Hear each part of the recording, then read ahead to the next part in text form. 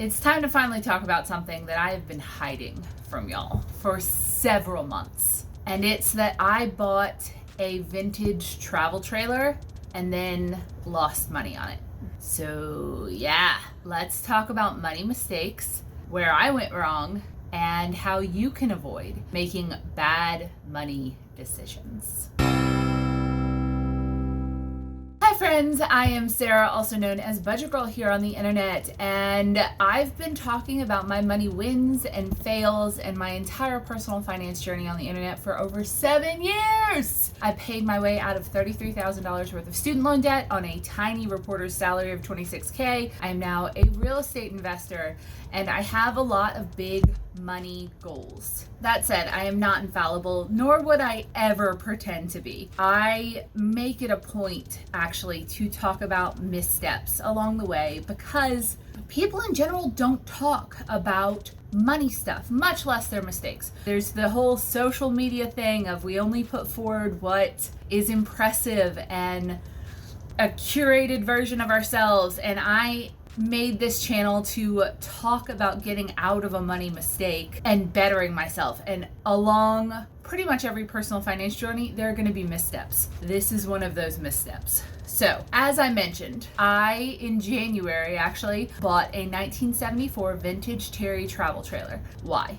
Well, I've always loved travel trailers. I've had a Pinterest board of them since college, specifically like the old Shastas and schoolie conversions. I've talked about this on the channel before. I would love to own one of these things, not to live in, but as like a little vacation thing, or ideally a short-term rental. There's some really attractive things about it. Generally, they're pretty cheap compared to like purchasing an entire house. So it can be a really low cost entry point into short-term rentals, which is a highly lucrative side hustle to be in. I've been saving for my next rental property, ideally a short-term rental. I would love for it to be a short-term rental for pretty much since I purchased my duplex last year. And you can see videos on that down below. I'm DIYing most of the renovations and the management of it and everything like that, and it's been a really wonderful experience. And despite the fact that so many people were really against me purchasing it at the very start and height of the pandemic, that property has increased in value by about 30 grand in a year. I could not buy that property for less than 300,000. Now I'm not sure that's what it would appraise at, but that's what it would sell at.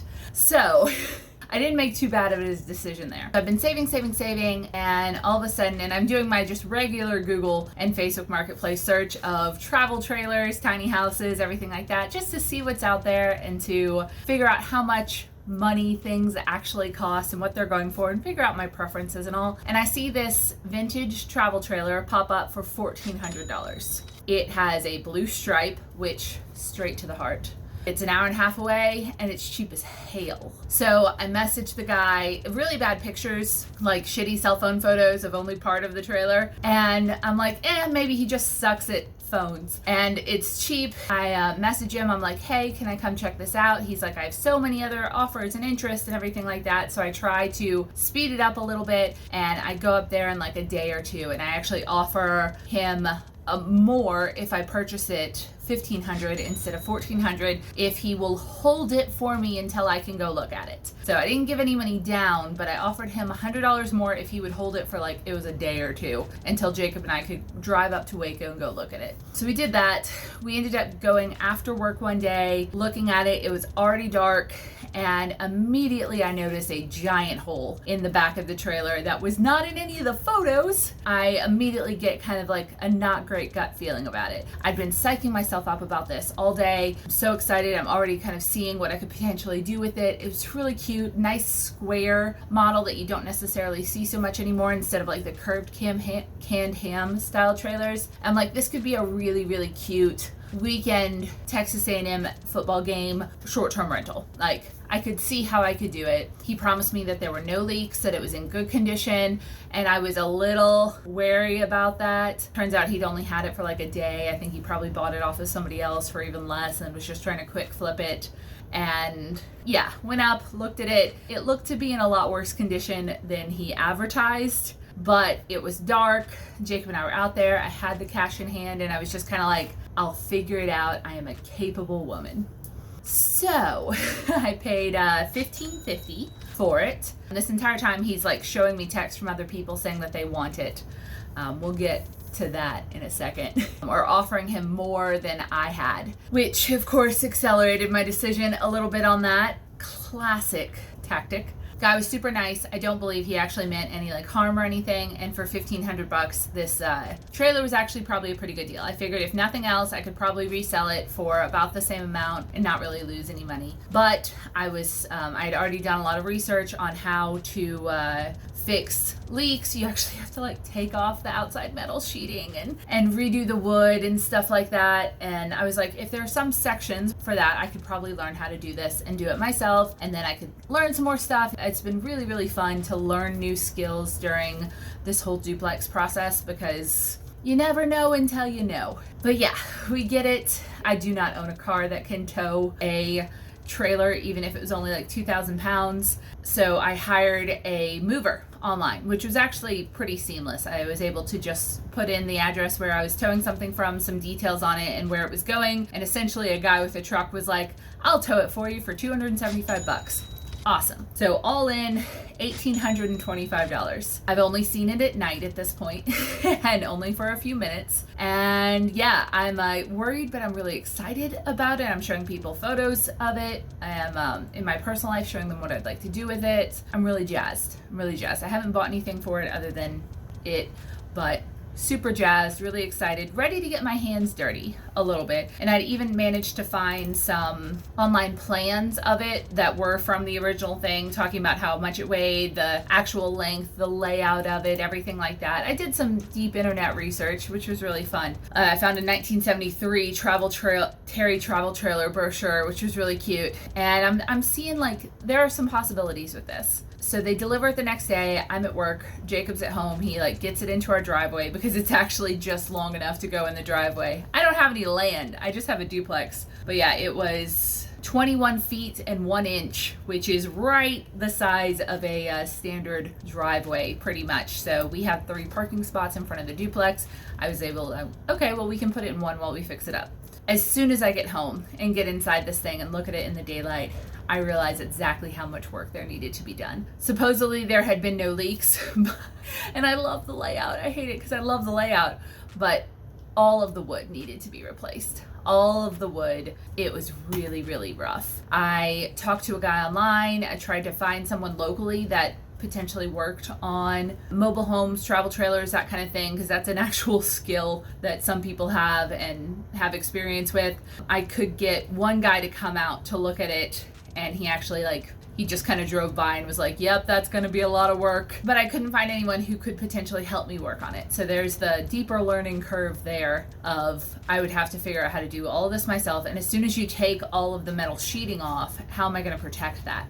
So once I actually see it in the daylight and realize exactly how much work is going to be done, plus the learning curve of I'm going to have to figure out how to do this. If I take the sheeting off, there's nothing to protect it if it rains, that kind of thing. There's no closed storage facility where I could work on this over time. I'm starting to calculate how many hours, how many tools I'm going to need, just the time, energy, and effort that it would take to completely renovate this thing from the studs back up. Now this trailer would probably be worth about 10 grand according to my research, all fixed up. I spent less than 2. However, my time is worth something. And if there's anything in my life right now that is at a premium, it's additional time. So I started to calculate how many hours it would take versus for the benefit of then having a really nice travel trailer. It's perfectly insulated. I'd want to do it correctly versus time spent doing, say, YouTube videos, blog stuff, Etsy stuff, generating money in that way.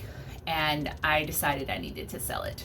And it sat in my driveway for about 2 months while I was trying to sell this thing. I did eventually, I put up a really good listing with good photos, all of the details that I had found, the fact that there were leaks throughout, that it was gonna have to probably be taken down to studs, etc. And I listed it for $1,800. I eventually got someone who was serious about it, and I kind of vetted her to make sure that she wasn't getting in over her head, which is not necessarily my charge as a seller, but I wanted to make sure I didn't land someone else in the same situation I was. And she said that her dad was really handy, that he knew about this type of stuff, that he had experience on it before, and he and she came down, they bought the trailer for $1,800 and they towed it away. And I talked with him for a few minutes while he was looking at it. He's like, yeah, this is going to be a big job, but he seemed to actually know how to fix it, which is such a relief. Yeah, that tied up $2,000 of my money for several months. It put a lot of stress on my mind, and in general, if I had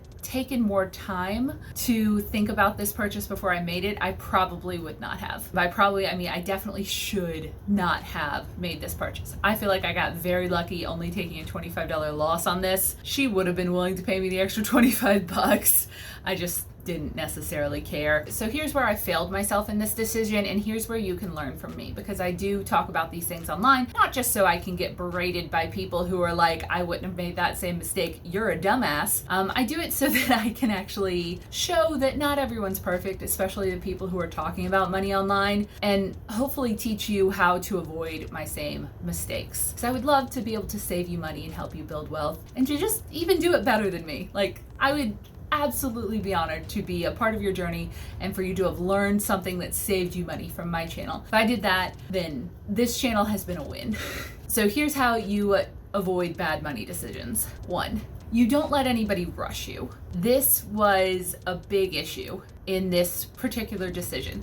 I had this guy who was selling it. He said he had a bunch of other offers. He said he had offers above mine. He was really pressuring me to like go. In fact, we even went up earlier than we were originally planning to. We were going to go on like a Saturday, and we ended up going up Wednesday because I thought he was going to sell it out from under us, which would have been a blessing actually. If we had gone Saturday, I would have seen it in the daylight and I would have had more time to make my decision, and I honestly probably wouldn't have bought it. Because we saw it in the dark after a 2-hour drive, after a work day, exhausted, and I had the money in hand, I was kind of just like, I'll deal with it later. So do not let people rush you.